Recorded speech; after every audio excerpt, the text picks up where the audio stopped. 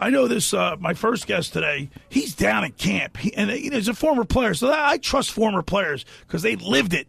So let's go to the Tom's River Volkswagen Sports Hotline and welcome into the locker room the purveyor of gcobb.com.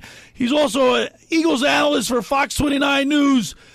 Let's welcome in Gary Cobb. Good morning, G Cobb. Good morning. How you guys doing? All right. G Cobb, it's funny because in the beginning of summer, you see kids playing wiffle ball on the beach. But then when it gets to the end of July, you start seeing kids playing football on the beach. That's right. They got to make the change. That ball gets a little bigger. Hey, G Cobb, man, how about Vince Papale was the Grand Marshal last night in the Night in Venice parade? Yeah, I saw that. I saw it online and everything. That's great. I mean, Vince is a good buddy of mine, and he's good people, man. They don't get any better than They certainly don't. You got that right. You know what? He's a great guy. G-Cobb, what a great story, huh? Yeah. No doubt about it. And see, the thing about it is when you meet Vince, you get the chance to see how authentic he is. He's down to earth. He keeps it real. Yeah. He'll tell you the good things and the bad things, that he ran into playing and everything. And, like I said, the biggest thing is he is authentic.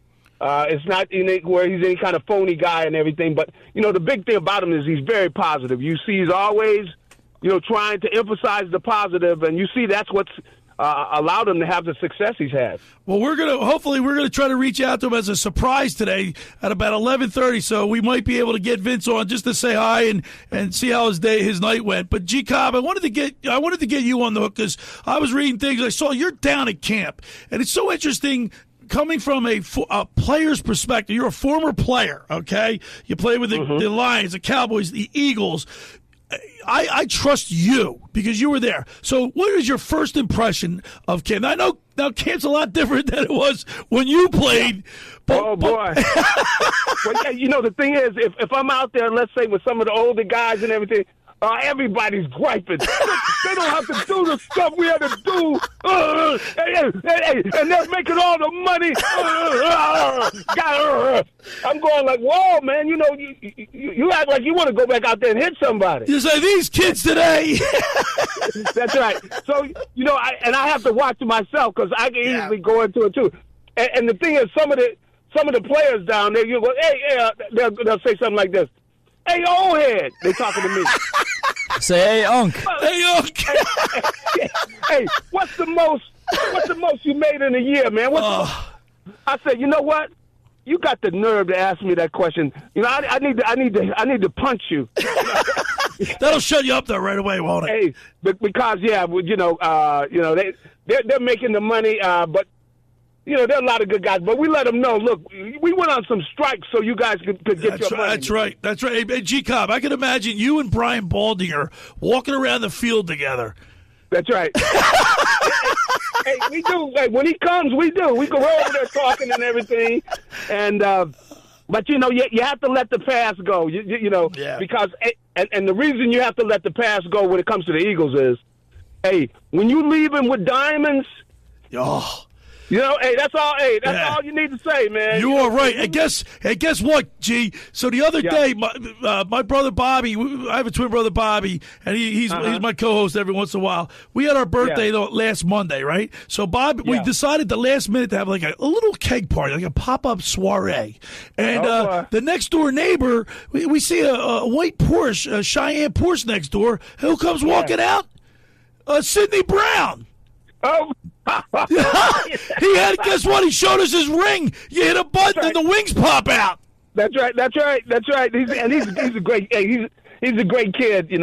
Sidney. And they're expecting big things out of him this year. He's really going to get a good shot at being a starter back there at safety. So, either way, I think they're going to find a way to get him on the field because he's a guy who is willing to tackle. So I could see them putting him in some positions. The same thing they're doing with Cooper DeJean.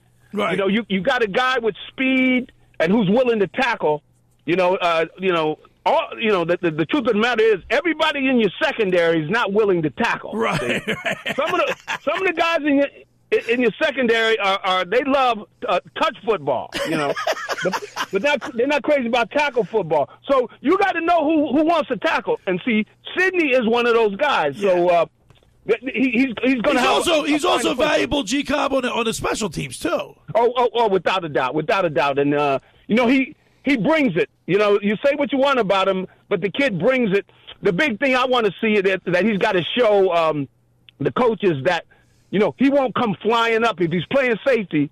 They don't want him flying up on a run fake and then looking and saying, "Uh-oh, taking a bite." The quarterback, the quarterback still got the ball. Yeah, that's a bad feeling, when that happens. So we're talking with G Cobb, former Eagle player. He's now with Eagles analyst on Fox29. Hey, what about Andrew McCuba? Can he be challenging? Is he challenging Sidney Brown for the spot? Well, you could see by who they give reps to. It's him and Sidney. And they even started out with Makuba in there, to start out. So they didn't bring him in here, to sit around. Well, they know that Sidney Brown. They know that Sidney Brown has an injury history. Well, that's true. That's right. So that's another thing. But the big thing they want, I wasn't crazy when they got rid of CJ.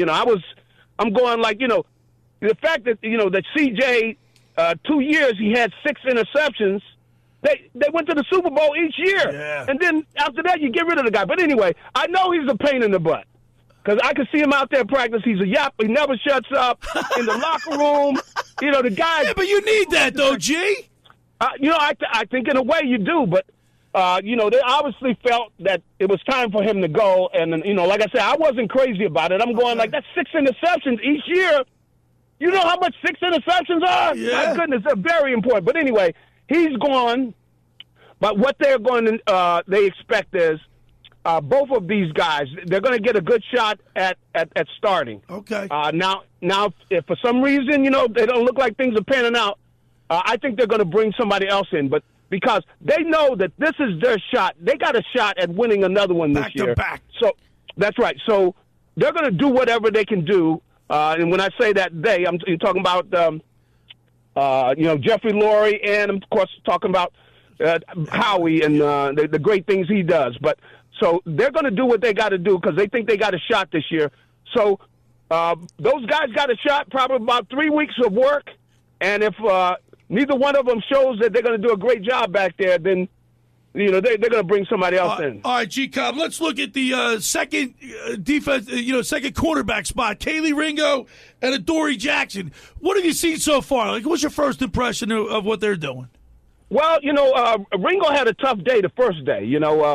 He got beat with AJ on a nice corner route. He let one of the kids get deep on him. He was there on both plays, but the receiver came down with the ball. Since then, he's had better results. But either way, he looks good out there so far, and he's getting his hands on balls. He's in the right place. He knows the coverages and everything. And that's one of the big things with Vic is he's not crazy about blown assignments.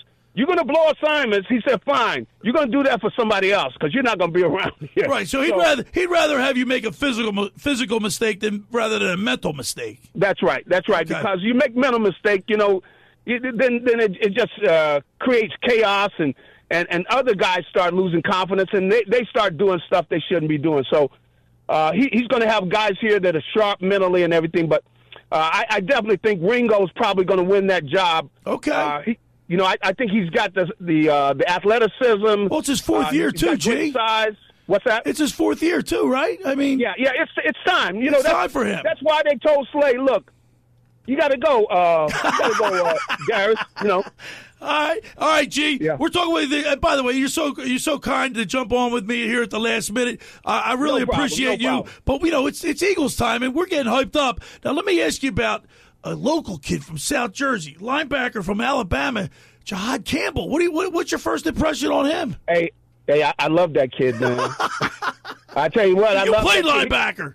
Oh man, come on! This kid, like I was over there talking to him, and I'm going like, this kid look like he's 6'4", man. I'm going, hey, either he's 6'4" or I'm shrinking. I mean, hey, this kid, the kid can run. He's got great quickness, And thing is, he's smart too, and he's a very intelligent young man.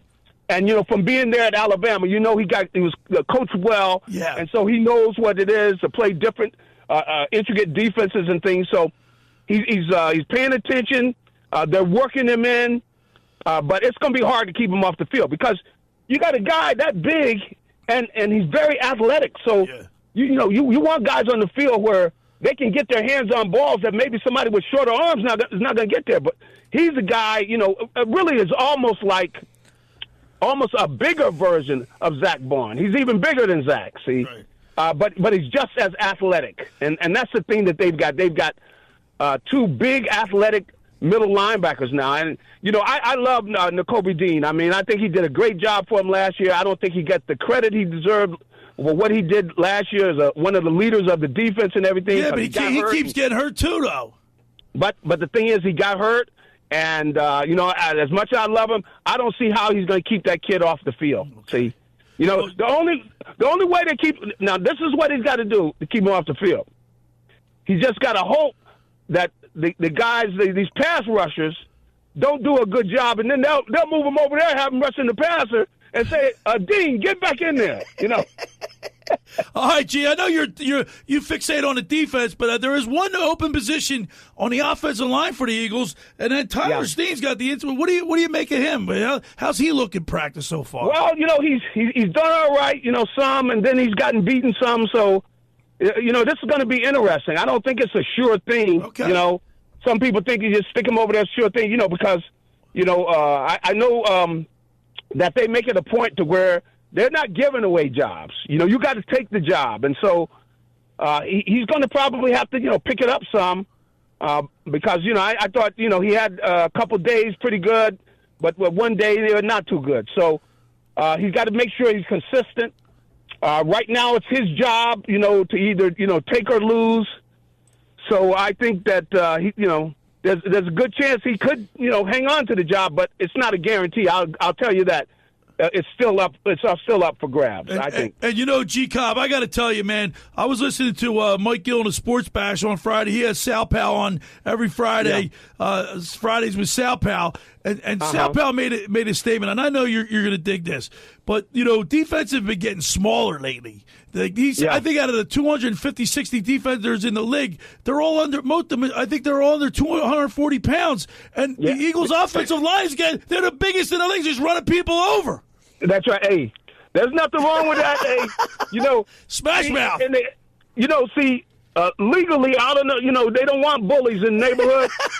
But in football, you go looking for the bullies. We want to hire bullies, and that's what the Eagles have on their offensive line. They have a group of bullies, and that's why they're going to. I mean, I think they'll throw the ball more than they did last year. Right. But they're still going to be playing bully ball. And so the rest of the league might as well get used to it because they're going to be running the ball down people's throats again this year because that line's just as good as it was last year. Gee, I got to tell you, man, just talking to you today and listening to you right now, I am so pumped for Eagles football. I can't even tell you. Well, I'll tell you, I am. I just love it, the way they put together this team, and I think that defense is going to come along. We've talked about, the young players there, and, I can't say enough about Campbell, man. I think that kid is going to be a star in the league, and with him and Zach Bourne in there, man, wow. You're talking about two outstanding athletes who can run, who got great size and everything, and they're going to do different things. I think they're going to, at times, give both of them chances to rush the passer because they're just good at everything, and they're going to be getting their hands on balls and things. And also, I like what they're doing with the secondary and everything. So it's going to be an exciting time. And really, there's going to be pressure on the offense, though, to start out because the defense is still young, and they're going to take a while probably to come around. And the offense needs to carry them a little while, and then do the same thing they did last year. It's a piece of cake, and then you win the Super Bowl again. Oh my God! Can you imagine all the years we struggled in this city to just find the winner? And I mean, if my producer's, he's a young cat. He's 24 years old. You and I, we're older. We went through those hard years. These guys are spoiled. Yes, they're definitely spoiled, and when I get around people right away, they go, "We got to win another one. We got to win another one." I said, enjoy this one. Yeah, but they, But now we're close to a second one. This team looks pretty good, G. There's no reason that people's hopes shouldn't get up, because I think they got a good chance of doing it again, because they are that good of a team. But they do have a tough schedule. I'll tell you that. They do have a tough schedule. But they just need to play the way they're capable of playing. If they do that, everything's going to work out. All right, Gary Cobb, man, we really appreciate you. Thank you so much. No, they're off today. Is that right? The Eagles, are they off? Or they're off today, or you would be hearing them in the background, because I would have been out there. All right, but they're off today, but they're going to be out there again tomorrow. So we'll see. This is going to be an exciting time, boy. I'm psyched, man. I'm totally psyched. All right, G. Hey, man, thank you so much coming in on talk to us on a Sunday. We appreciate you. We'll have you back soon. All right. Sounds good. Have a good one. All right, there he is, G. Cobb, man.